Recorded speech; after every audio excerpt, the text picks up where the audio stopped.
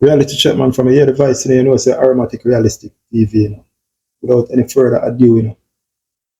I just want to share this with the Jamaican people, you know, are the sensible Jamaican people, not the stupid ones. That's what I mean, because a lot of us are stupid. And I just want to show the people that the Jamaica Labour Party is a criminal element that is using the governance of Jamaica to enrich themselves, their families, their cronies, in other words, their friends. The Jamaica Labour Party is one of the biggest criminal elements in Jamaica, and they are using the governance to enrich themselves, and families, and them friends. See? But as I make my case, you will understand. Because over here, I don't deal with fiction, I don't deal with conspiracy, I don't do fake news, or I don't do propaganda. I give you facts. If you have a phone or you have a computer, you can read and you can write. Well, you can go to your phone and you can research these things if you have the time. They're out there in the public domain. So if you want it, you can access it. You have an iPhone, Android, or a computer. Yes, you can access it. So you can go and do so.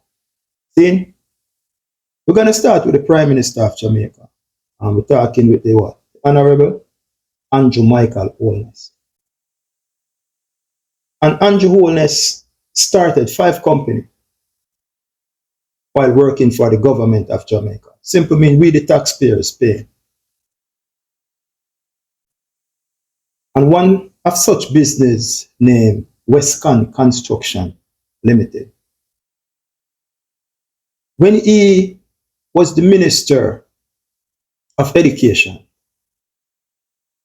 the Contractor General in their notes have it written where the Prime Minister, Andrew Holness, referred Westcon for government contracts. You know what I just said? Andrew Holness refer his own company, Westcon, for government contracts while he was working for the government of Jamaica. It is simply mean that is conflict of interest. You can't run a full-time business while working for the government at the same time. So that's why they call for a trust. You turn over that business into a trust, sign it over into your son name, sign it over into your mother name, sign it over into your father name, your brother name, a friend, a relative. But the two jobs can't compete. That's conflict of interest. Anyway, move on to SSL. And the Prime Minister, again, the leader of the JLP again, was aware that Stocks and Security Limited of Jamaica, SSL, was in financial chaos. Right? What did the Prime Minister do? Because one would think, you know, the Prime Minister, who is the head of the state, and when he was elected to serve and to protect. One would think that he would protect the citizens of Jamaica. No, he did not do so. What did the Prime Minister do? He protected himself. He went to SSL and he drew his money out and he closed that account. A year later, what happened? 39 Jamaica got scammed. 39 Jamaica got scammed. One person never gets scammed from SSL, and that was the Prime Minister of Jamaica, Andrew Holness. So when I'm making my case that the Jamaica Labour Party is one of the biggest criminal elements in Jamaica, the facts is there. You can go and research them anytime. Because as I said before, we don't deal with gossip. We don't deal with fake news. We don't deal with the propaganda. We give you facts and we give you reality. So when we're building our case, we are laying out the evidence right across the board. Right on your computer screen, your iPhone screen, or your Android screen. Let's move on. Royal Reid. Who is Royal Reid? Andrew Holness introduced Royal Reid to the Jamaican people. Royal Reid turned around and scam millions from the education ministry and our youths. That is going to hurt the ministry for decades to come. Where is Royal Reid now? He's out there, free, having fun. Let's move on to Grace McLean. The food nutrition program in the school, the nutrition program in the school, where the vulnerable, the deplorable, the unattached, the low-income youth would get the nutri milk, the bun, or whatsoever. Grace McLean steal 120 million from those kids. The less fortunate of our society, the vulnerable, the reject, the deplorable, the unattached, the low-income youths who look forward for that nutri milk and that nutri bun. Grace McLean steal 120 million from the ministry. So when I'm telling you about criminal elements and criminal organization, the Jamaica Labour Party is up here right now. They're sitting high and looking down on us. Move on. Let's move on to Christopher Tufton. We get 750 million from who? Let I remind you.